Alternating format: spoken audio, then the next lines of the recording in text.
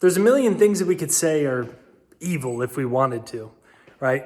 We could ask people all day and debate it all day and make a list of everything that's super evil. I will tell you what I think the most evil thing is, and it's probably controversial. I think the most evil thing is having the opportunity to create financial freedom, to make more money, to get rich, and not doing it. And I'm going to explain why. I know that that's controversial. I'm also going to give you some things that you could do to drastically improve your financial life and bring more money to you probably quicker, faster, and easier than you thought. It's a beautiful view today. I was going to sit down on my table over there, and I made a bunch of notes for this video. But first, let's talk about why I'm saying that it's evil. So the average American can't come up with $500 for an emergency. That's evil. The person isn't evil, the situation is evil. So now let's keep looking at this. I got 75% of Americans said that they lose sleep over finances. That is evil. We should not be losing sleep over finances. You shouldn't be. And if you are, keep watching this video. I'm going to show you how to change it. Next is finances are the number one cause of divorce. Evil. The lack of money or money issues should not be tearing apart love. It shouldn't be. It damages the kids. It damages the relationship that probably would have been nice if they just figured out how to make more money. Next, 80% of people live paycheck to paycheck. I think that's evil. I don't think that you're evil if you're living paycheck to paycheck. I think the situation and the circumstances, and I'm going to show you how to change it. The reason I think it's evil is because God gave us, I showed you a beautiful view from my living room. God gave us all these great things in life, and we all have our own things that we love and our own things that we care about and, want more of and this and that. Traveling. Well, if you're living paycheck to paycheck, you can't raise your kids the way that you want. You can't take them where you want. You can't go on an awesome trip that makes you remember how beautiful life is. You can't get a new car when your car's broken, right? You could go on and on and on, right? And then 9 out of 10 people die with less than $10,000 and virtually no financial assets. 9 out of 10 people die with less than $10,000. That's crazy. I think that's evil. And to top it off, over the last 24 months, many people have been declared non-essential. Many people have lost their jobs. Many people are incredibly behind financially in a way most people already were, but it's gotten way worse the last 24 months. I think that whole thing is evil. And I think we can change it. I think you can change it. And so the intention of this video is to share with you some ways you can drastically improve your financial life. And so the number one, and before I get into it a little bit more, if you've never watched one of my videos, my name's Jake. I'm 30, I'm almost 31. I got an 18-month-old daughter, and my wife's able to raise her full-time because I was able to retire my wife. I became a millionaire by the time I was 27, 28, and a multimillionaire before I turned 30. Law of relativity, it's not that great. Somebody watching this video probably has done way better than me. But I did better than I thought I would, and it was by doing these 8 things that I'm going to talk about. And I want to give you those 8 things because I believe that money is just a tool, and when you have more money, you can help more people, and you can help yourself, and you can live a more inspired life and show other people they can do it too. And it gets us away from this debt slave system that we currently have. So that's what I'm going to talk about. You keep watching this video if that speaks to you. So be sure to check out my free success hypnosis too. It's jakeshypnosis.com. It's my free success hypnosis to reprogram your subconscious mind. If you agree with what I'm saying, I know it's a little controversial. If you agree with what I'm saying, you can comment down below. Yes, Jake, I'm with you. Right there down below, so I know that you're with me. I'm not talking to ghosts. So the first thing I wrote down in my notes here is that this is evil. It is evil that the average American can't come up with $500 for an emergency. We should not be lowering the quality of our life to such a degree that, we can't help ourselves in emergencies. 75% of people living paycheck to paycheck. 80-something% of people saying they're losing sleep over finances. We can change this. We just aren't taught that. I think it's by design probably, but that's another conversation. I think society's set up to keep us that way. But I'm going to show you how to break out of it. I've made it my mission to try to break out of it because I got sick of it, you know? So I said, I don't believe money is evil. I believe the lack of it is evil. And I'm going to explain to you why that is. People will say, well, money's evil or money's not everything. Well, if you can't put your kids into school you want to put them in, if you can't pay for stuff for an emergency, if you're getting divorced or having serious marital problems because of money, if you have to watch your spouse do something they absolutely hate every day because you don't have enough money to help them retire, if you can never go on a vacation you want to go, you get inspired to go to Hawaii, you get inspired. If you want to go hike 4 days a week and you can never do it because you're always working and you're underpaid, I believe that's evil. I don't believe we're evil because of it. But I believe lack of money is the root of a lot of the evil that we see in this world. And I believe it's evil that we aren't taught that we can change it. Because that's how this perpetuates. We're taught that money is this very complicated thing and you either have it or you don't and you're screwed if you don't and it's way too hard and it's way too complicated and we just can't do it, right? So the number 2 that I wrote down is you actually have a spiritual and moral obligation to get rich. Money extends the good you can do far beyond your own physical presence. My life changed once instead of calling money evil, instead of saying things like, well, money's not that important. When I quit doing those things, my financial life changed. Because think about the subconscious belief system if you say money is the root of all evil, or you say that money's bad, or you say, well, money's not that important, at least I'm happy. What you're really doing is saying, I don't want any. You're subconsciously programming yourself to repel it from your life. But I believe that you have a moral and spiritual obligation to get rich for other people. For God, dude, you don't know how much closer I've gotten to God as I've built more wealth. Because the whole journey of creating your own reality relies off of faith. It took a lot of faith for me to drop out of college as a freshman and decide I was going to backpack around the world and write a book about it. All the publishing companies said no. They all said, you're stupid, go back to school, you idiot. But I had faith. It brought me closer to God.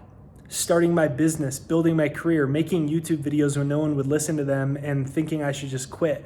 And then on the other side, becoming a multimillionaire from it. It all brought me closer to God. It all brought me closer spiritually. And you have a moral and spiritual obligation to do it because if you can do it, you should.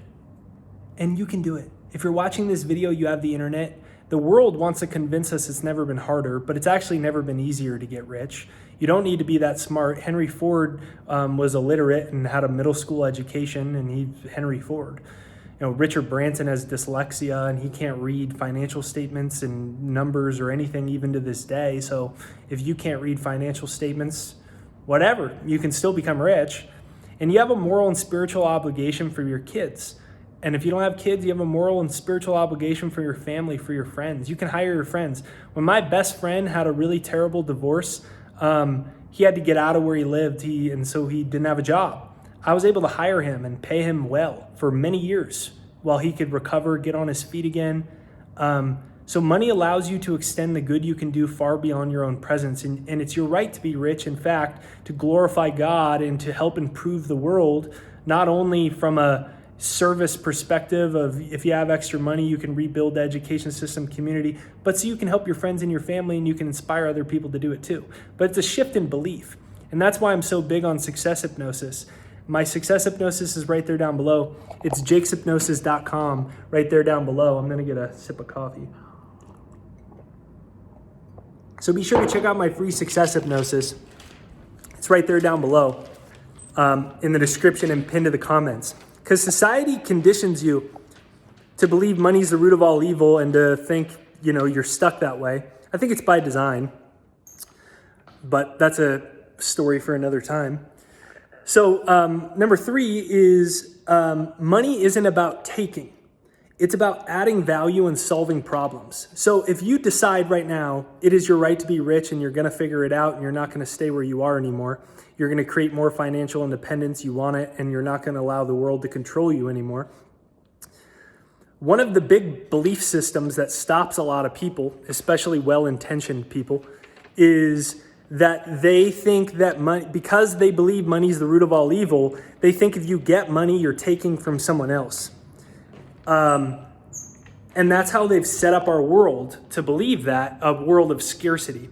In fact, they print so much money, they actually devalue the currency at an incredible rate, historic rate. So you're not taking from anybody. In fact, the only way to honestly get money, you can get money dishonestly, which is not what this video is about. And there's many people that have gotten it dishonestly, and ultimately you generally end up in jail. But getting money honestly is actually about adding value and solving people's problems. To honestly get rich, you have to improve the lives of other people. Not everyone. Some people won't like your service. Some people will say it sucks. Some people will leave you a bad review. Some people ask for their money back. Some people won't be interested at all. But if you were to improve your financial life significantly over the next 12 months, you have to shift your thinking from your taking to your giving with whatever it is, right? If you have a massage practice, you aren't taking people's money, you're giving them stress relief. So when you start thinking about the benefits of what you're offering to people, your mindset shifts and you realize that money is just an inner battle. Getting rich is an inner battle of finding value within you and delivering it to the world, to the marketplace of needs, whether that's books, whether that's you being an accountant. What are you doing as an accountant? You're solving people's problems. What are you doing as a nanny? We have a fantastic nanny. We're so freaking grateful we have her. The only reason, and she's so amazing for my daughter. She's helped my daughter so much. My daughter's getting so freaking smart from this amazing nanny that we have that's kind of like a teacher too.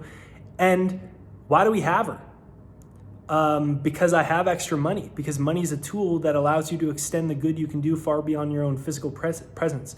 I'm able to employ this woman at a very high rate, very well. And guess what? It improves the quality of my daughter's life. See, money has meaning if you give it meaning. And the way you earn more of it is by asking yourself how you can be better at what you do and solve more of people's problems. Then the next thing on my list, number 4, is to forget about money entirely and focus on service, creativity, productivity, and work.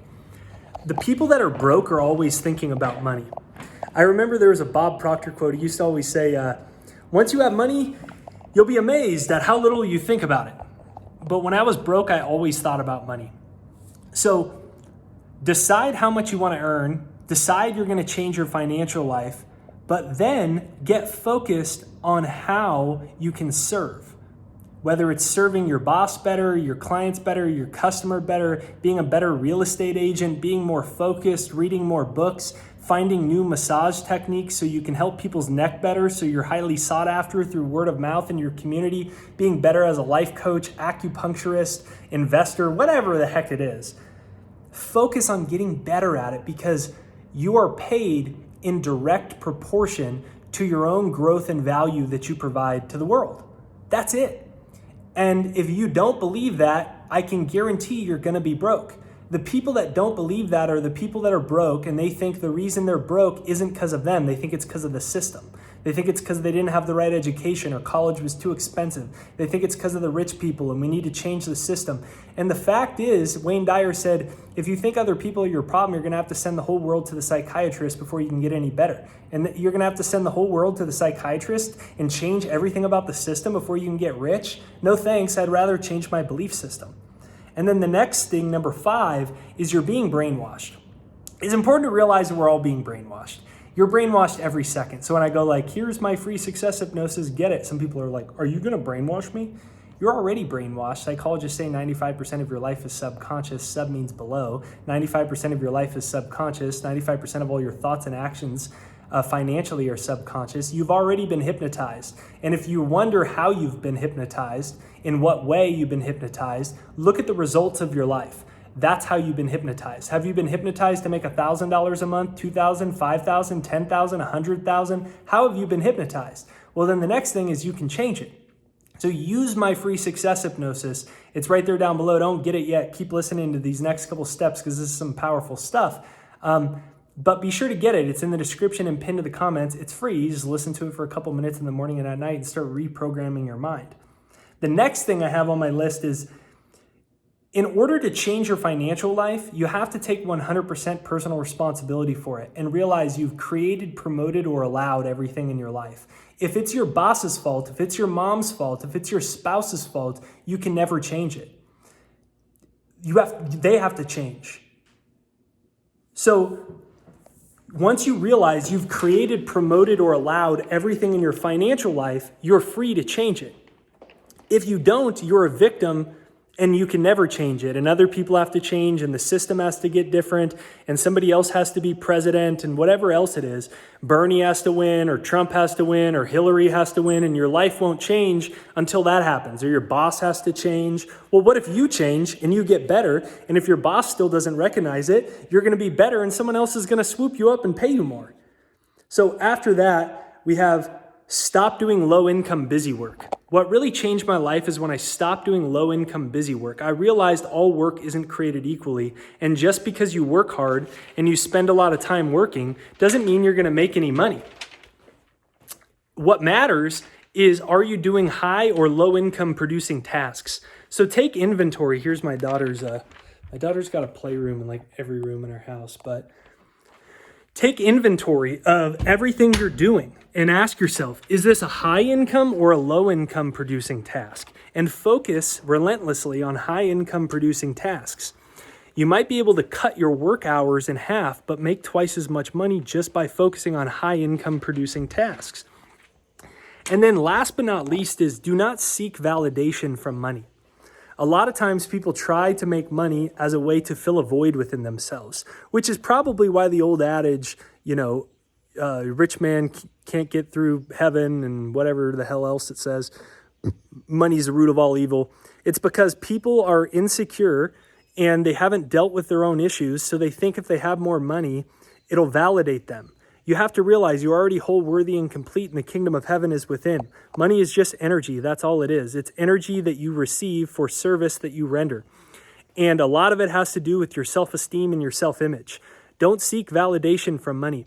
I can tell you, going from Ashley and I not being stressed about paying our rent every day and her being in credit card debt to us becoming multimillionaires, it didn't make me feel different about myself. It didn't make me feel more validated. What it's done is it's bought me more freedom. It's allowed me to improve other people's lives. And it's taught me a lot about myself. It's taught me a lot about God. And it's taught me a lot about service. It's taught me a lot about being able to do cool things for people. Like one of my friends, we were camping and he's broke and his phone broke. He's broke and his phone broke. And he couldn't afford a new phone. So I just bought him a new phone. I'm not telling you because I think I'm cool or something like that.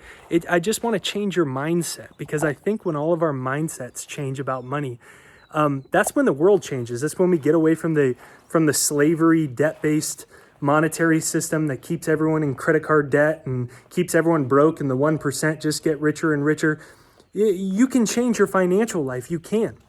So I hope you enjoyed this video. Let me know what you think. Do you agree with me that maybe us being broke and thinking we're stuck being broke might be the worst evil? Maybe it's you have all this God-given potential and not realizing that you have it. Maybe that's the worst evil. Well, the good news is you can change it. You can improve it drastically. So I hope you enjoyed this video. Let me know in the comments. Be sure to get my free success hypnosis. It's jakeshypnosis.com. It's in the description and pinned to the comments. Hit the like button on this video to send it out into the YouTube universe. Subscribe, bell notification. Comment down below. It is my right to be rich. Comment down below. It is my right to be rich. Just think about all the good you could do if you were rich. Think about all the good you could do if you doubled your income, tripled your income, quadrupled your income. Think about all the amazing things you could do. And then Think about how much you're going to grow as a person, focusing, committing to goals, and providing more value to the world. All the things you could teach your friends, your family, your community. So be sure to check out my free success hypnosis. Let me know what you think of this video. I'll see you on the next one.